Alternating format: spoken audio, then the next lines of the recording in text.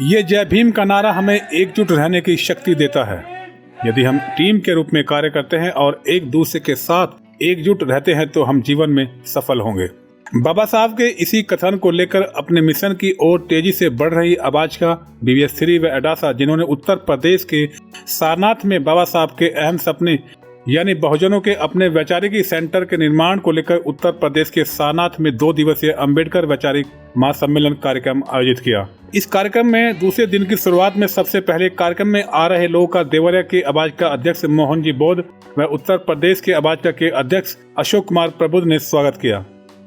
इस कार्यक्रम में सबसे अच्छी बात यह रही कि कार्यक्रम का पहला सेशन महिलाओं द्वारा संचालित किया गया, जहां पर डॉक्टर अम्बेडकर वैचारिकी सेंटर के निर्माण को लेकर महिलाओं ने अपने अपने विचार रखे। यूपी और बिहार मिल करके, महिलाएं मिल करके, और आज वैचारिकी सेंटर का जो आज हम जिस भूमि पे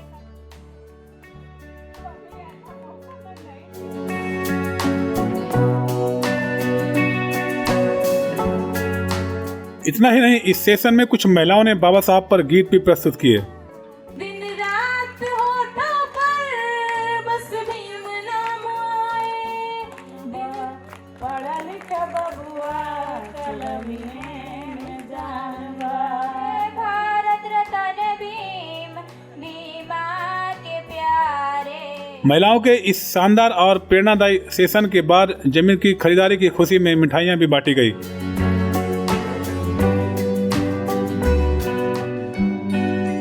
इसके बाद लंदन से आए MS बहल साहब ने बहुजन बोधी समाज को संबोधित किया और वैचारिकी सेंटर के निर्माण को लेकर सुझावों के साथ साथ दूसरी बातें भी रखी। मुझे एक है कि बाबा साहब अम्बेडकर ने एक लड़ाई लड़ी, बाबा साहब अम्बेडकर ने संविधान लिखा, उस संविधान में सारे अधिकार मुझे दिए, और आज मैं बाबा साहब के इस धम्म चक्र परिवर्तन को सारनाथ की जमीन से रवा होते देखना चाहता हूं। मैं रहूं चाहे ना रहूं, लेकिन वो धम्म चक्र परिवर्तन चलना चाहिए। बाबा साहब ने मुझे देखा नहीं, मैं कहां से उठा और कहां तक चला गया, लेकिन उसका सपना था कि मेरे बच्चे ऐसे जाएंगे।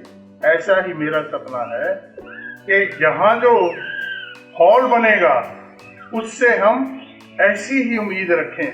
मेरे बच्चे हों, आपके बच्चे हों, उनके बच्चे हों, किसके बच्चे हों, इस चर्चा में मत पड़िए।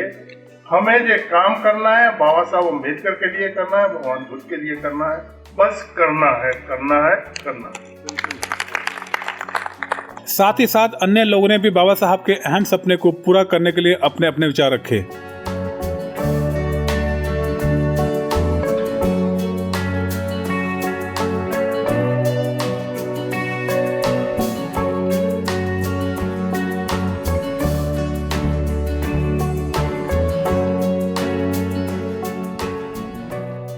इसी बीच कार्यक्रम में आए अबाजका व साथी संस्थाओं के पदाधिकारियों ने खुला मंच से बात करते हुए अपने विचार रखे।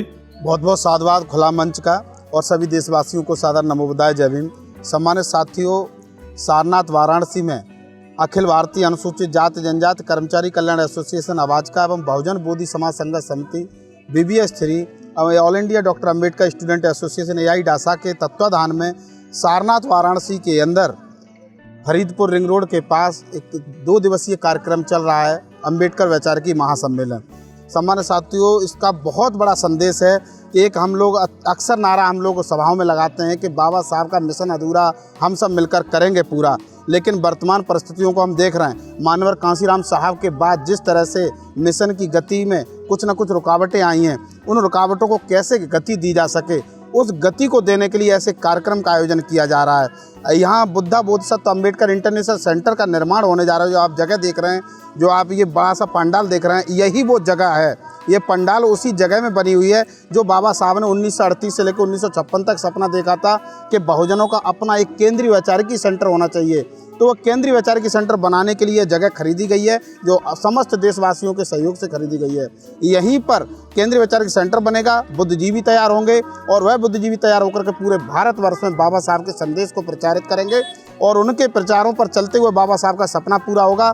यह देश बहुजनों के द्वारा, बहुजन इस देश में हुक्मरान बनेंगे और देश बौद्धमय भारत बनेगा। इसी संकल्प के साथ ये कार्यक्रम लगाया गया, यही संदेश इस कार्यक्रम का है। बहुत बहुत साधुवाद। सर्वप्रथम आप सभी को सादर नमोबुद्धाय जय भीम। मैं राजू राम रतन, राष्ट्रीय लेखा परीक्षक आवाज का, और इस ऐतिहासिक प्रोग्राम को करने के पीछे सबसे बड़ा उद्देश्य ये है कि बाबा साहब डॉक्टर भीमराव अंबेडकर के जो मिशन था, जो शिक्षा थी, जो विचार था कि संपूर्ण देश को, संपूर्ण भारत को, संपूर्ण देश को बुद्धमय बनाना, और इस देश का शासक 85% हो, दलित, शोषित, वंचित समाज हो, एक मजदूर करने वाला व्यक्ति, एक ठेला चलाने वाला व्यक्ति, एक रिक्शा चलाने वाला व्यक्ति, एक ऐसा व्यक्ति जो दूसरे की पैरों की जूती साफ करता है, जो दूसरे के पैरों का जूता साफ करता है, ऐसा व्यक्ति भी जाए संसद में, विधायिका में, और अपने अधिकारों के प्रति सजग हो, अपने अधिकारों के प्रति सावधान हो, और अपने संविधान की सुरक्षा करे, अपने संविधान की संरक्षा करे। और अगर वो अगर करने लगता है तो ये मान के चलिए कि आने वाले समय में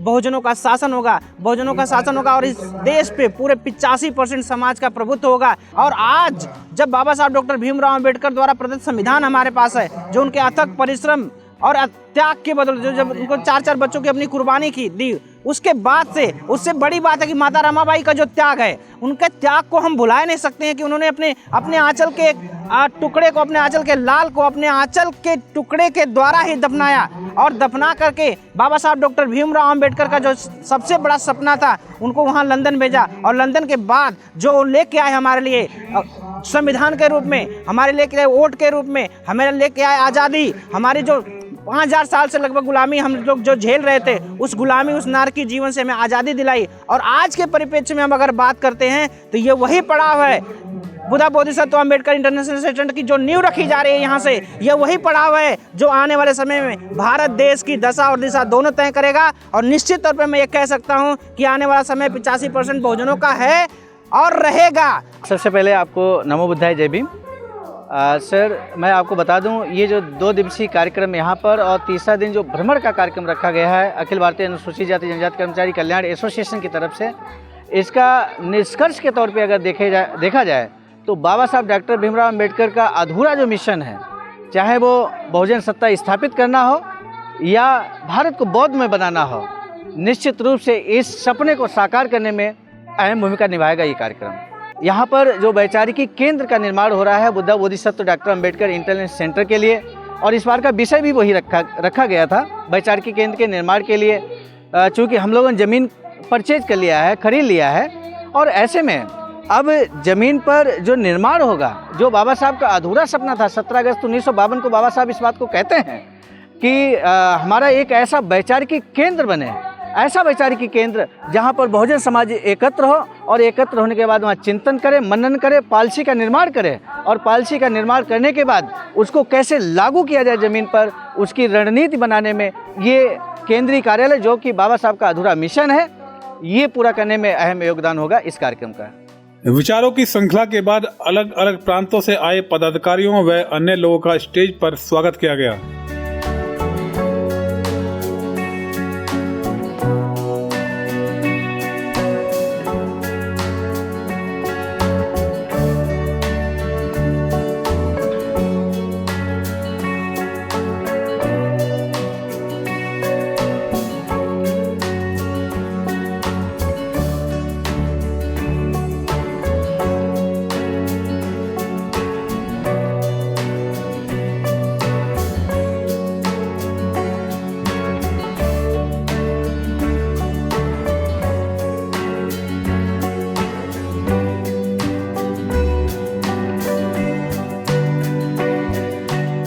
स्वागत के शानदार कार्यक्रम के बाद कई गायकों ने बाबा साहब के ऊपर अपने अपने गीत प्रस्तुत किए, जिनका बहुजन बोधि समाज ने भरपूर आनंद लिया। और मानवर कांसी राम जैसा दूसरा हो नहीं सकता। जल्दी कायम केंद्र में कर दो बहना की सरकार, भीम का मिशन सजाओ, नया इतिहास बनाओ, मनु को भगाओ, एक हो जाओ, एक हो जाओ बहुजन, एक हो जाओ। इसके बाद अन्य कई गणमान्य लोगों का भी मंच पर स्वागत किया गया।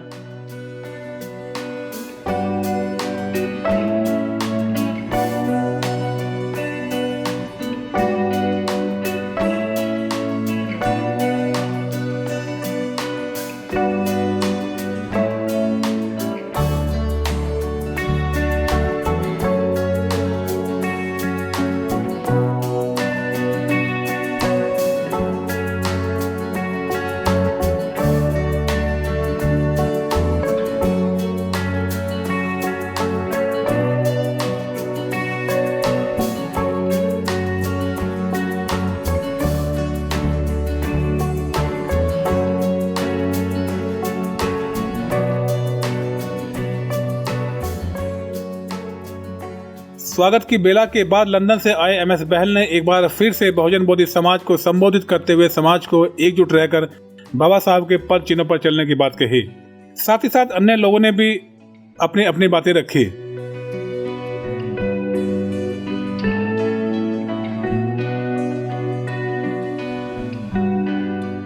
इसके उपरांत देश विदेश के अलग अलग स्थानों से आए अबाजका, बीबीएसरी व अडासा के पदाधिकारियों का भी मंच पर स्वागत किया गया, जिनमें से कई लोगों, जिलों व प्रदेशों ने इस मौके पर धर्मदान भी किया।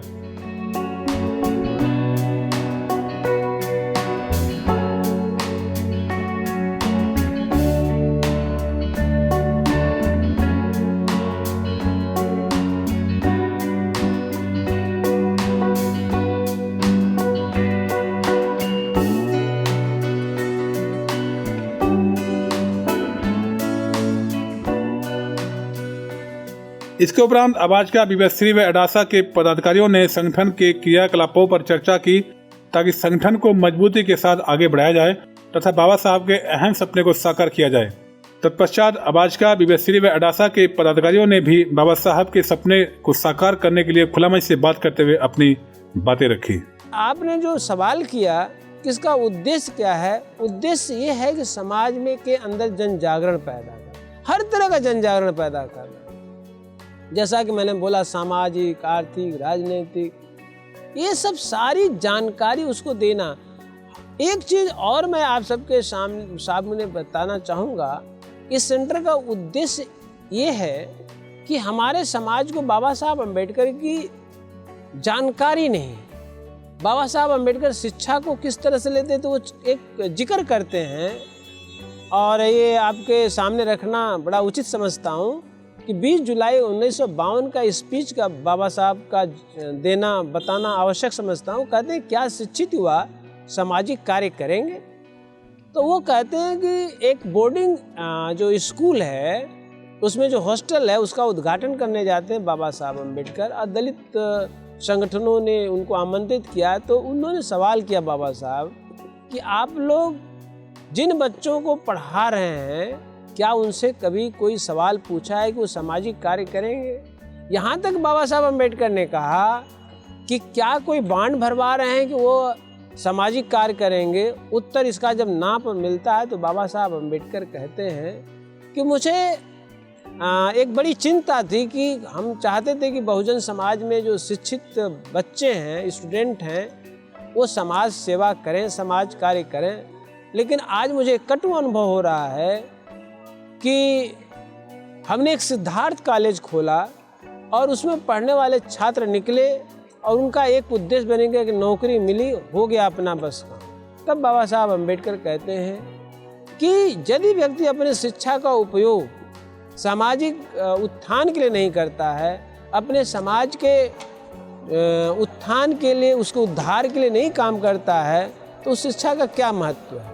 तो हम लोग इस सेंटर के माध्यम से वही बाबा साहब अम्बेडकर के संदेश को बताना चाहते हैं कि यदि आप शिक्षित हैं, आप नौकरी में हैं, आप जो है राजनीति में हैं, तो पे बैक टू सोसाइटी, समाज के लिए अपने तन मन धन का सहयोग करें। ये कब भावना आएगी, जब वो बाबा साहब अम्बेडकर के विचारों से अवगत होगा, उनके संदेश को जानेगा, बुद्ध को पढ़ेगा, बुद्ध को जानेगा। उसे सभी महापुरुषों, बुद्ध, फूले, साहू, अम्बेडकर, पेरियार, नारायण गुरु, मानवर कांशीराम साहब के विचारों को जन जन तक पहुंचाने के उद्देश्य से बाबा साहब अम्बेडकर के सपने का यह वैचारिकी सेंटर जो बन रहा है, और उसी बनाने की दिशा में आज 27 और 28 नवंबर 2022 को अंबेडकर वैचारिकी महासम्मेलन हुआ है।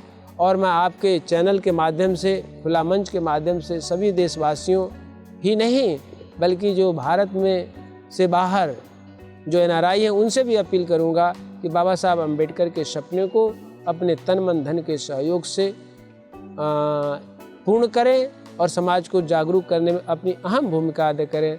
इसी के साथ आप सभी को नमो बुद्धाय, जय भीम। मैं बुद्ध मित्र मुसाफिर, अखिल भारतीय अनुसूचित जाति जनजाति कर्मचारी कल्याण एसोसिएशन का मैं राष्ट्रीय महासचिव आपको अभिवादन करता हूँ। नमो बुद्धाय, जय भीम करता हूँ। नमो बुद्धाय, जय भीम। मैंने बहुत ज़्यादा नहीं तो 2 जो क्रांतियाँ मैंने देखी हैं। एक साउथ अफ्रीका की जो क्रांति नेल्सन मंडेला ने लीड करी, और दूसरी जो ब्लैक लोगों की थी अमेरिका में। मैंने उन दोनों को डेवलप होते हुए देखा while I was in London. तो मुझे लगा कि भाई बाबा साहब से सीखकर बहुत कुछ लोगों ने अपने अंदर बदलाव करके राजसत्ता भी, अपनी इकोनॉमी को भी, राजसत्ता को भी और हिस्सेदारी को भी बहुत बड़े पैमाने पे हासिल कर लिया। जहाँ तक कि अमेरिका ने अपना प्रेसिडेंट बना लिया, साउथ अफ्रीका ने अपना प्रेसिडेंट बना लिया, और अब तो इतना बाहर के लोग इतना अपने आप को ताकत दिखा रहे हैं कि इवन इंग्लैंड ने एक भारतीय मूल के आदमी को प्राइम मिनिस्टर बना लिया। तो इन चीज़ों से हमें सीखना चाहिए कि दुनिया आज टैलेंट की भी इज्जत करती है, और टैलेंट जो है वो किसी ब्राह्मण के बीच में मुझे आज तक नज़र नहीं आया। जितना भी है वो सारा धोखा है, धोखा है, धोखा है। तो हमारी जो लड़ाई है ना, वो झूठ के अगेंस्ट है, धोखे के अगेंस्ट है।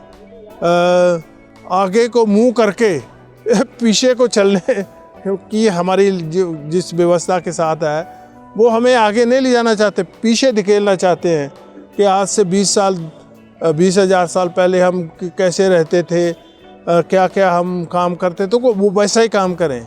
लेकिन बाबा साहब का मिशन ये कहता है कि नहीं, जैसे मैं बार बार ये कहता हूँ कि एक मौका बाबा साहब अम्बेडकर ने हमें दिया तो हम कहाँ से कहाँ निकल के आ गए। अगर हम बाबा साहब को समझ जाएं प्रॉपरली, बाबा साहब को जी लें प्रॉपरली, उसको अपना लें प्रॉपरली, तो मैं समझता हूँ कि बाबा साहब का मिशन बहुत ताकतवर है।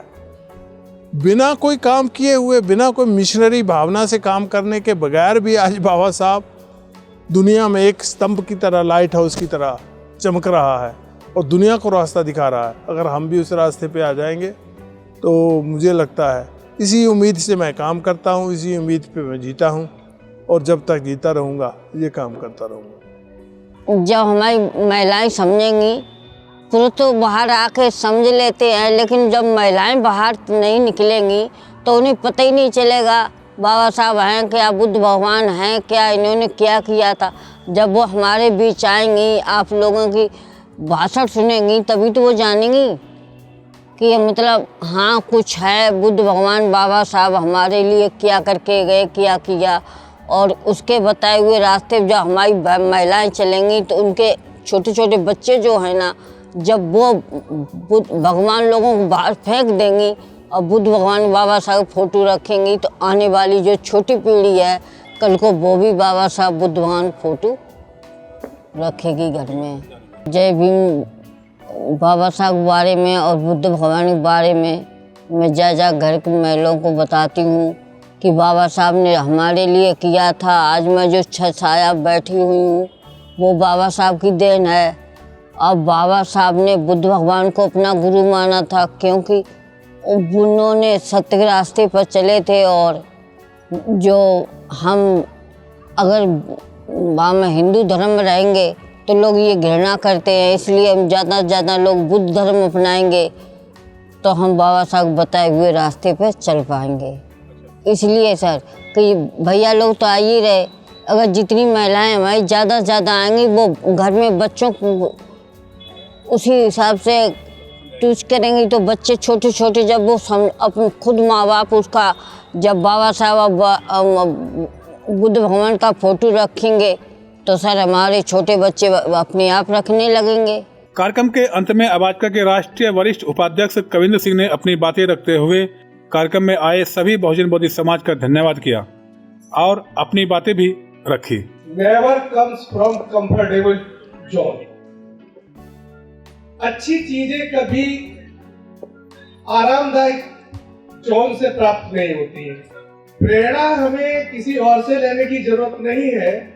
अगर हम अपने सिर्फ महानायक नायिकाओं को ही सिर्फ देखें, उन्हीं को पढ़ लें, उन्हीं को समझ लें, तो मुझे लगता है कि संघर्ष अपने आप में खुद में आप में पैदा हो जाएगा। उसके बाद समसामयिक लोगों के साथ अबाजका, विवेश्री व एडासा बाबा साहब के अहम सपने को साकार करने में जल्द सफल हो, ऐसी खुला मंच तथागत से प्रार्थना करता है और देश व विदेश में बैठे बहुजन बोधि समाज से अपील भी करता है कि इस पुनीत कार्य में यानी बाबा साहब के अहम सपने को साकार करने में अपना तन मन धन से सहयोग करें। वाराणसी के साना से जयराम की रिपोर्ट। इसी तरह के वीडियो को देखने के लिए वीडियो को लाइक, शेयर और चैनल को सब्सक्राइब करें।